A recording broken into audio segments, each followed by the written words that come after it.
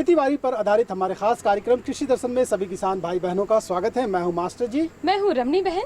नमस्कार। तो किसान भाई बहनों, कार्यक्रम की शुरुआत करेंगे कृषि समाचार से। नमस्कार, कृषि समाचार में आपका स्वागत है। मैं हूं किरण। आइए देखते हैं आज कृषि समाचार में क्या है खास। किसान उठा सकते हैं आत्मा संचालित कृषक पाठशाला कार्यक्रम से लाभ। और माझी में हुआ 1 दिवसीय प्रशिक्षण शिविर का आयोजन। गेंदा फूल के बेहतर उत्पादन के लिए लगाएं उन्नत प्रभेद पूसा बसंती। अब समाचार विस्तार से। कृषि प्रौद्योगिकी अभिकरण प्रबंधन यानी आत्मा द्वारा संचालित कार्यक्रम में एक खास कार्यक्रम है कृषक पाठशाला।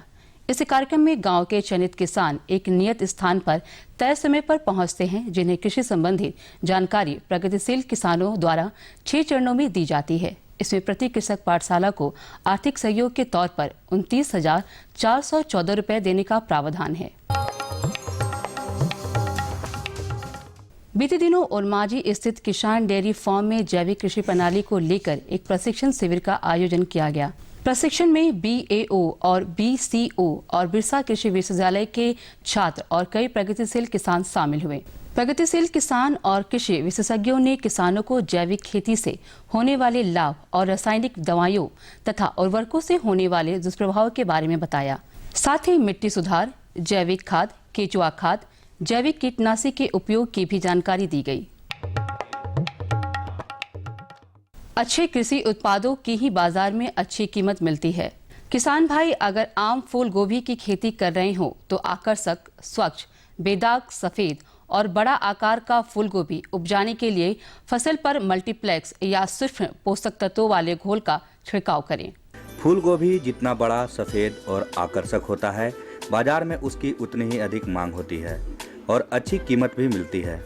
इसके लिए पौधों को आवश्यक सूक्ष्म पोषक तत्व संतुलित मात्रा में मिलना जरूरी होता है। यदि आप फूल गोभी में साफ और आकर्षक फूल चाहते हैं तो आप अपने फसलों में मल्टीप्लेक्स या सूक्ष्म पोषक तत्वों का घोल जरूर से छिड़काव करें। इसके छिड़काव करने से आपकी फसलों में जो फूल लगते हैं उनका रंग आकर्षक होता है, आकार बड़ा होता है और उसमें किसी भी तरह के धब्बे नहीं दिखाई पड़ते हैं।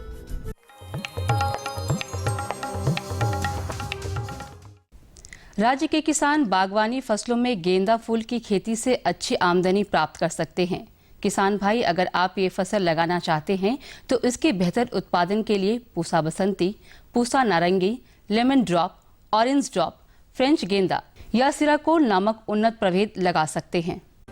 गेंदा फूल की खेती के लिए किसान दोमट मिट्टी वाले खेत का चयन करें, जिसका pH मान 7 के आसपास हो। बुआई में 1.5 किलो बीज प्रति हेक्टेयर की दर से उपयोग करें और नर्सरी बेड में बिचड़ा तैयार करके खेत में लगाएं। अच्छी उपज के लिए अफ्रीकन गेंदा की श्रेणी में पूसा बसंती, पूसा नारंगी, लेमन ड्रॉप, ऑरेंज ड्रॉप और फ्रेंच श्रेणी में फ्लेम या रेस्टी रेड तथा व्यावसायिक किस्मों में सिराकोल नामक उन्नत प्रभेद लगाएं। इनकी उत्पादन क्षमता 150 से 200 क्विंटल प्रति हेक्टेयर है। राज्य के किसान कृषि उपकरण स्प्रिंग टाइन कल्टीवेटर की सहायता से सूखा या गीला नर्सिंग बेड तैयार कर सकते हैं। साथ ही इसमें चौड़ी कतार में निकाई गुड़ाई करने का काम भी किया जा सकता है। इस यंत्र की कार्यक्षमता 0.35 से 0.5 हेक्टेयर प्रति घंटा है। किसान भाई बैगन फसल में शूट यानी बंधक कीट और फल छेदक कीट के रोकथाम के लिए एक गंधपास यानी एक फेरोमोन ट्रैप 5 एकड़ की दर से लगाएं। आइए अपने कृषि विशेषज्ञ से जानते हैं अभी आलू फसल के लिए क्या करना जरूरी। आलू की फसल 20 से 25 दिन की हो चुकी है, इसलिए किसान भाई जो है खरपतवार निकाल कर उसमें मिट्टी चढ़ा ले और सिंचाई दे करके लगभग 65 किलो यूरिया प्रति एकड़ की दर से छिड़काव करें। अब एक नजर राज्य के 5 प्रमुख शहरों के मौसम के मिजाज पर।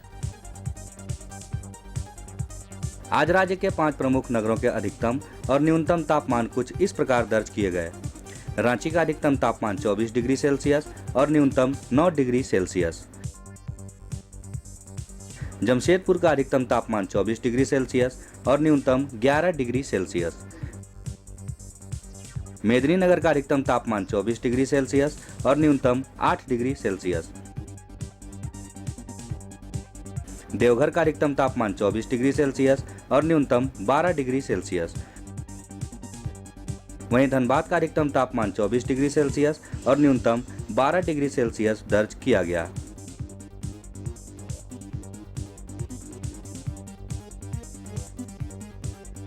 कृषि समाचार में आज इतना ही। अगले दिन अगले अंक में फिर मुलाकात होगी तो कुछ ताज़ा तरीन खबरों के साथ। तब तक के लिए दीजिए इजाजत। नमस्कार, जोहार। किसान भाइयों, कृषि समाचार में आपने देखा मौसम का मिजाज, मंडी भाव और कृषि से संबंधित ढेर सारी जानकारियाँ तो अभी बहुत सारी बाकी है किसान भाई बहनों, लेकिन यहाँ पर लेंगे एक छोटा सा विराम। ये लो और बताओ। बस। अरे ये क्या भैया जी, बस इतनी सी रासायनिक खाद? किसानी छोड़ रहे हो क्या? किसानी नहीं, नादानी छोड़ रहे हैं। मिट्टी की जांच कराई है।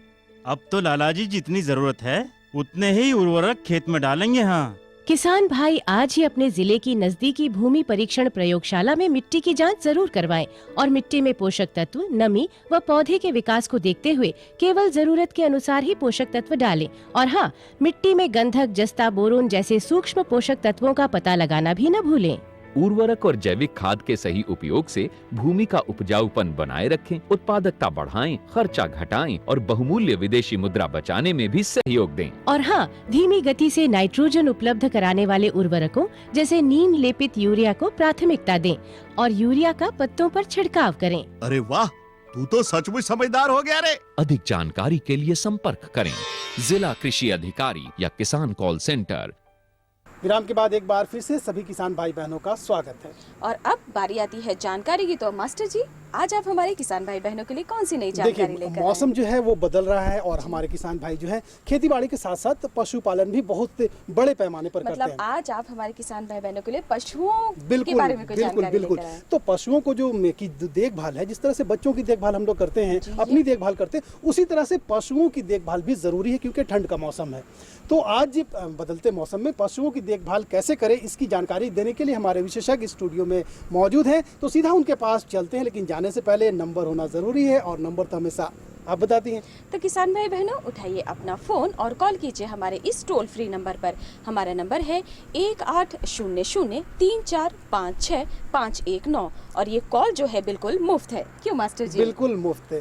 तो चलिए देर नहीं करते हैं, सीधा लिए चलते हैं आपको स्टूडियो। किसान भाइयों नमस्कार, जीवंत फोन इन कार्यक्रम में आप सभी का बहुत बहुत स्वागत है। किसान भाइयों, सबसे पहले आप सभी को क्रिसमस की ढेर सारी शुभकामनाएं। किसान भाइयों, जैसा कि आपने सुना कि आज हम बातचीत करेंगे जाड़े के मौसम में हम पालतू पशुओं की देखभाल कैसे करें, और इस विषय पर बातचीत करने के लिए हमारे साथ हैं डॉक्टर रविंद्र कुमार, जो कि वैज्ञानिक हैं बिरसा कृषि विश्वविद्यालय में पशु उत्पादन एवं प्रबंधन विभाग में। डॉक्टर साहब, इस कार्यक्रम में आपका बहुत बहुत स्वागत है। नमस्कार। नमस्कार। किसान भाइयों, अगर आपको जाड़े के मौसम में पशुओं की देखभाल में किसी भी तरह की जानकारी चाहिए देखभाल के संबंध में, तो आप सीधे सीधे हमारे विशेषज्ञ से बातचीत कर सकते हैं, समस्याओं का समाधान कर सकते हैं। डॉक्टर साहब, अभी तो जैसा कि मौसम बदल रहा है और ठंड बढ़ने लगी है, ऐसे में कई प्रमुख बातें हैं, जैसे आवास का प्रबंधन कैसे करें, भोजन का प्रबंधन कैसे करें, कई तरह की बीमारियां होती हैं। इन तमाम विषयों को हम लेंगे। सबसे पहले हम ये जानना चाहेंगे कि ठंड में आवास की व्यवस्था किसान भाई जो पशुपालक हैं वो कैसे करें। जी हाँ, ठंड का मौसम अभी आ चुका है और तापमान में हमेशा हम लोग बदलाव देखते हैं कि कभी ठंड ज़्यादा हो गई, कभी कम हो गई। तो इस समय खास करके पशुओं में हम लोग तो काफ़ी अपने आप को हिफाजत रखते हैं, लेकिन पशुओं को अगर हम लोग सही ढंग से नहीं रख पाते हैं तो उसमें इमीडिएट उसमें इफ़ेक्ट देखने को मिलता है। पशु बीमार हो जाते हैं या फिर बीमार हो जाते हैं, मरने की मृत्यु दर जो है वो बढ़ जाती है, या फिर उनकी उत्पादन क्षमता पर सीधा असर पड़ता है। दूध देने वाली गाय है तो उनका उत्पादन घट जाएगा, मुर्गियां हैं तो उसमें मोर्टलिटी बढ़ जाएगी या उनकी उत्पादन क्षमता जो है वो घट जाती है। इसी तरह से कि सभी पशु में आपको देखने को मिलेगा कि उनकी उत्पादन क्षमता घट रही है, मृत्यु दर बढ़ रही है। तो इसका जो कि हम लोग कह सकते हैं कि प्रबंधन से हम इसको कम कर सकते हैं। जो मैनेजमेंट जो कहते हैं, इसमें मैनेजमेंट हम लोग 2-3 एस्पेक्ट से देखते हैं। आवास का प्रबंधन, खान पान का प्रबंधन या बीमारियों से बचाव।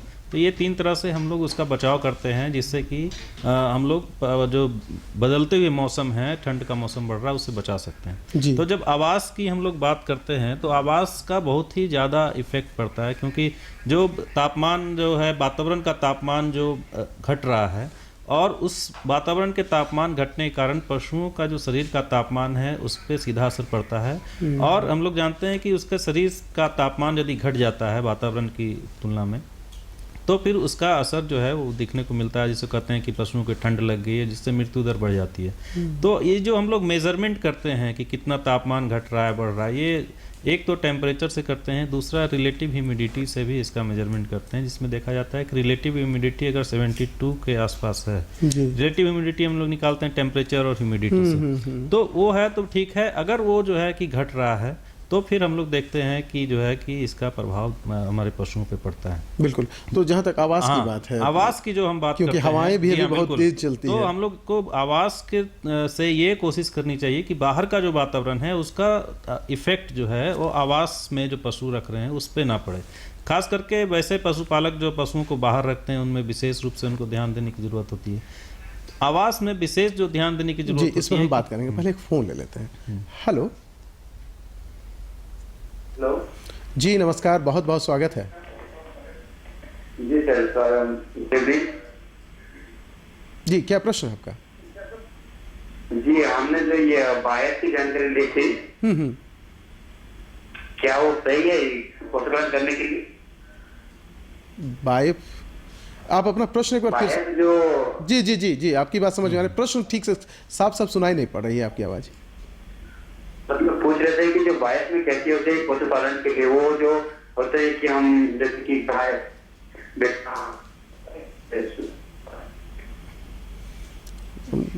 पूरी तरह से प्रश्न तो ये नहीं है, लेकिन जो समझ में आ रही बात वो जो वाइफ से जो प्रजनन होता है वो कितना सही सटीक होता है। सटीक होता है। वाइफ जो है एक जो है कि ये संस्था है जो कि पशुओं में गर्भाधान वगैरह के लिए वो उन्होंने डॉक्टर्स या फिर जो है कि उस तरह से टेक्निकल आदमी को नियुक्त किया है, जो कि फ़ोन कॉल पे जा करके गर्भाधान वगैरह कराते हैं। तो और ये काफी सुविधाजनक है, कई बार हम अपने कार्यक्रम में इसकी चर्चा भी कर चुके हैं। जो है कि वो सीमेन वगैरह वो प्रोवाइड करते हैं, तो इसमें वो अच्छा है और वो उसमें सक्सेस हो रहे हैं। आप उनका सहयोग ले सकते हैं बीमारियों का इलाज के लिए, या फिर जो है कि नस्ल सुधार के लिए भी बहुत अच्छा होता है, आप इनका हेल्प ले सकते हैं। बिल्कुल। फिर लौट कर आते हैं आवास की बातचीत करें। जी, आवास की तो मुझे आवास में यही एक ऑब्जेक्टिव है, लेकिन हमें यहाँ एक बार फिर आपको रोकना पड़ेगा। किसान भाई हमारे साथ जुड़े हुए हैं। हेलो हेलो हेलो जी, नमस्कार जी, मैं विशाल कच्छप बोल रहा हूँ। जी कच्छप जी।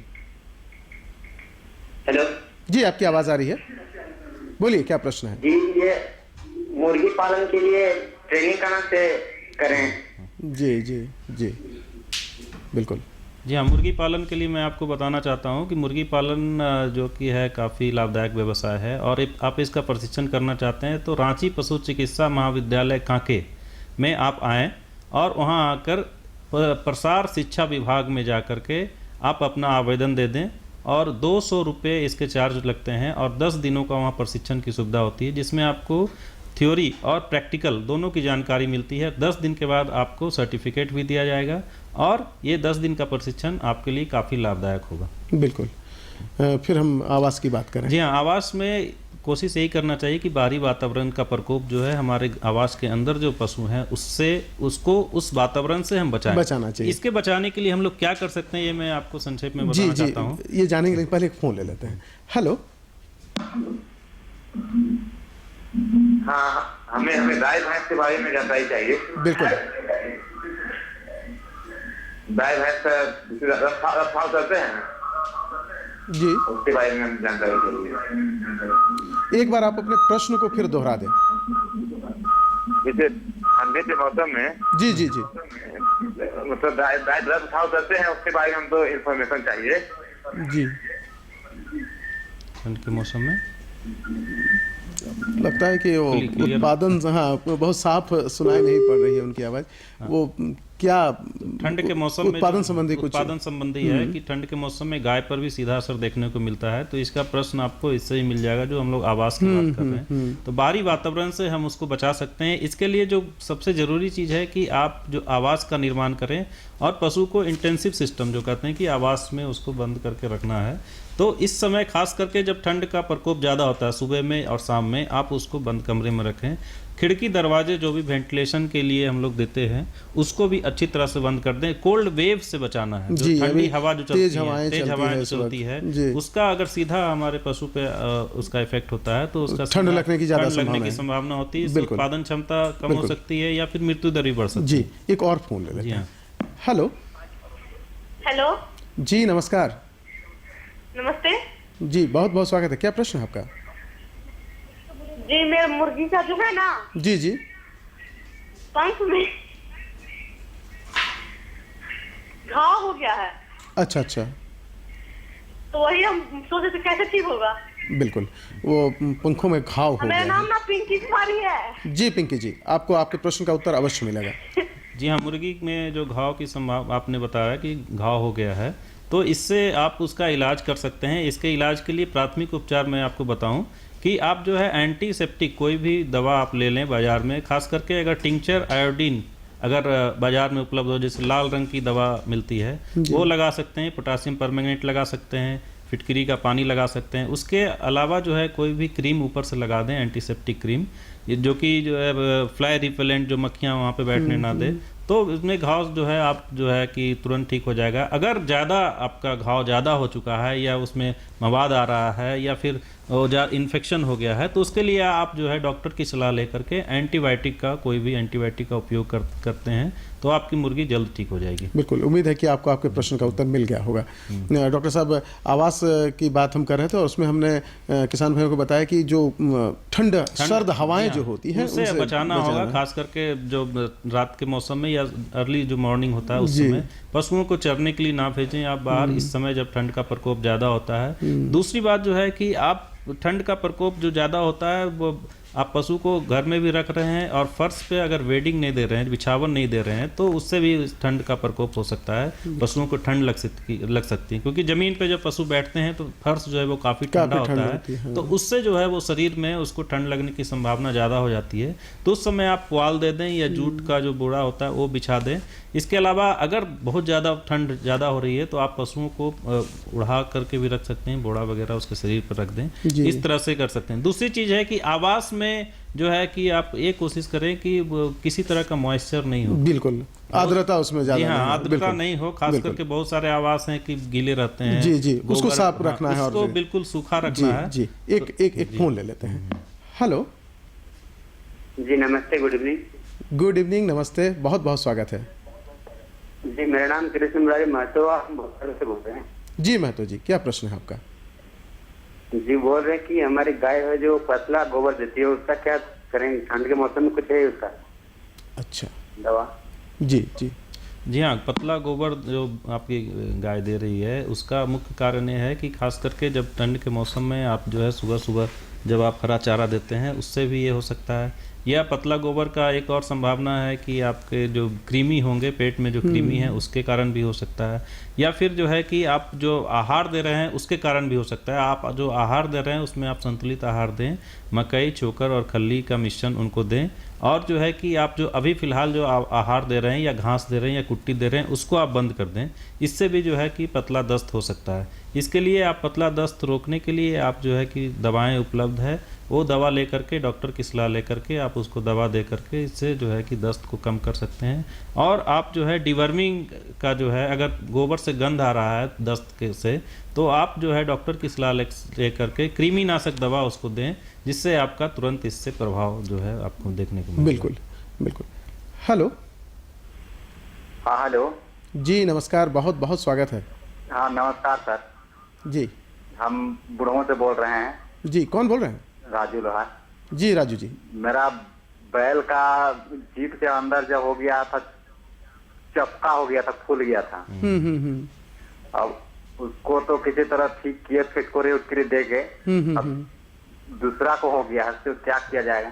बिल्कुल, ये तो बहुत सामान्य ये सी आपने बीमारी है, बहुत इसमें ही होती है। अच्छा क्वेश्चन पूछा है। खास करके ठंड के मौसम में मैंने बताया था कि ये जो है कि एफएमडी या खुरहा चपका जो बीमारी है, इसका प्रकोप काफ़ी देखने को मिलता है। तो आपने बताया एक गाय को हो गया है, तो ये पूरी संभावना है कि आपके जितने भी पशु हैं उसमें, गाय हो, बकरी हो, सुअर हो, उसमें होने की संक्रमण वाली बीमारी है, संक्रमण हो जाती फैलने है वाली बीमारी और है। जब एक बार संक्रमण हो जाता है तो आप इसमें कोई वैक्सीन इसमें आपको असरदार नहीं होगा, तो आपको इसका इलाज करना होगा।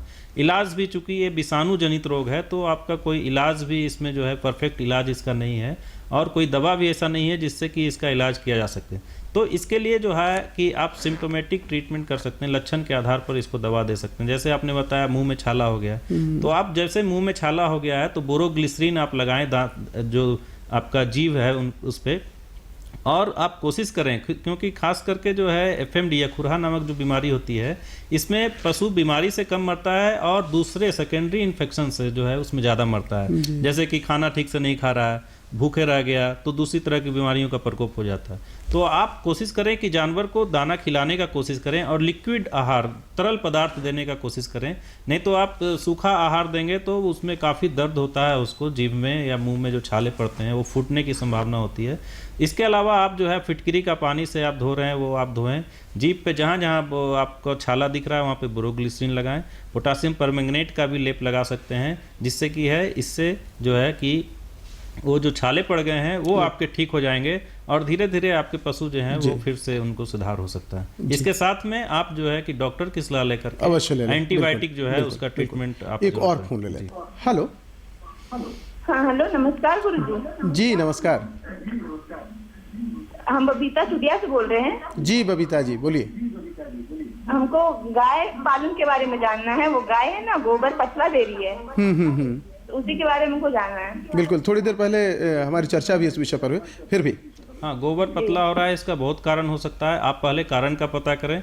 मैंने पहले ही बताया था, इसका मुख्य जो कारण है आप जो खाना दे रहे हैं उसके कारण भी पतला हो सकता है। दूसरा कारण है कि कृमि के कारण भी गोबर पतला होता है। अगर गोबर से स्मेल आ रहा है, महक आ रही है, तो आप कृमिनाशक दवा दें।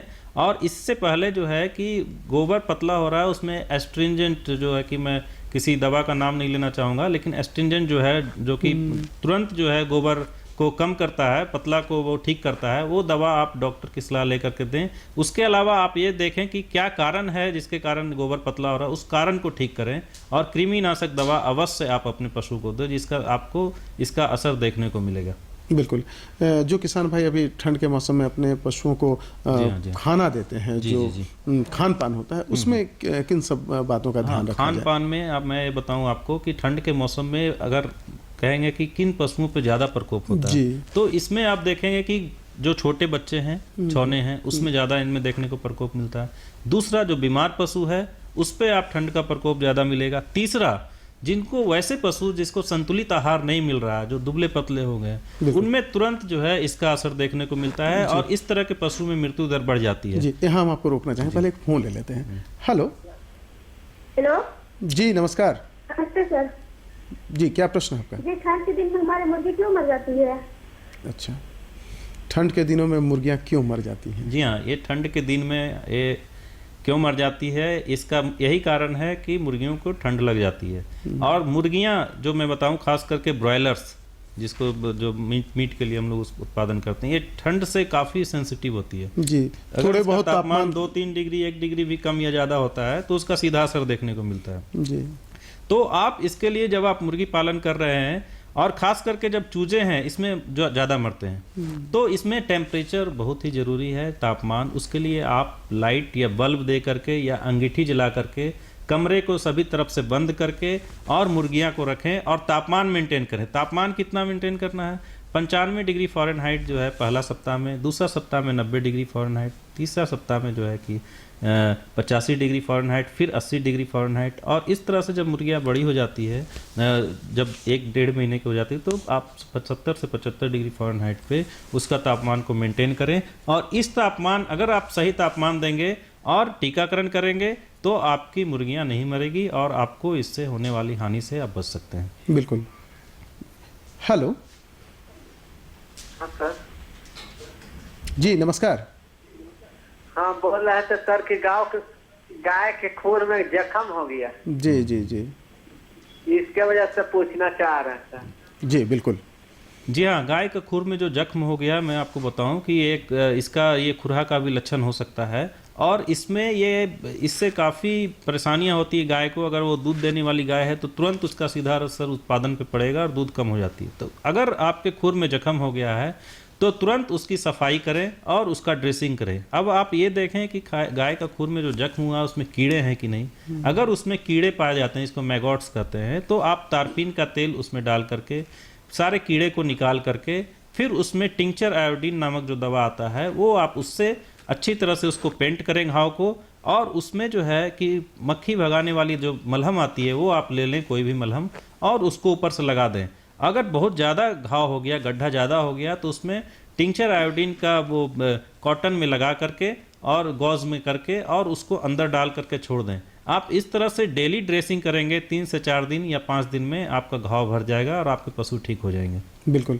डॉक्टर साहब, चूंकि ये प्रश्न आया था तो इस बीच हम ये जानना चाहें कि अक्सर ये हम झारखंड में देखते हैं, हम भी कई जगहों पर जाते हैं तो देखते हैं कि खुरहा चपका की समस्या है और आपने कहा कि इसका कोई खास दवा भी मुंह के लिए जो होता है, तो ऐसा हो ही नहीं, इसके लिए क्या उपाय हो सकता है? बिल्कुल, ये विषाणु जनित रोग है और इसका लेकिन पहले एक फोन ले लेते हैं। हेलो हेलो हेलो जी, स्वागत है आपका। नमस्कार।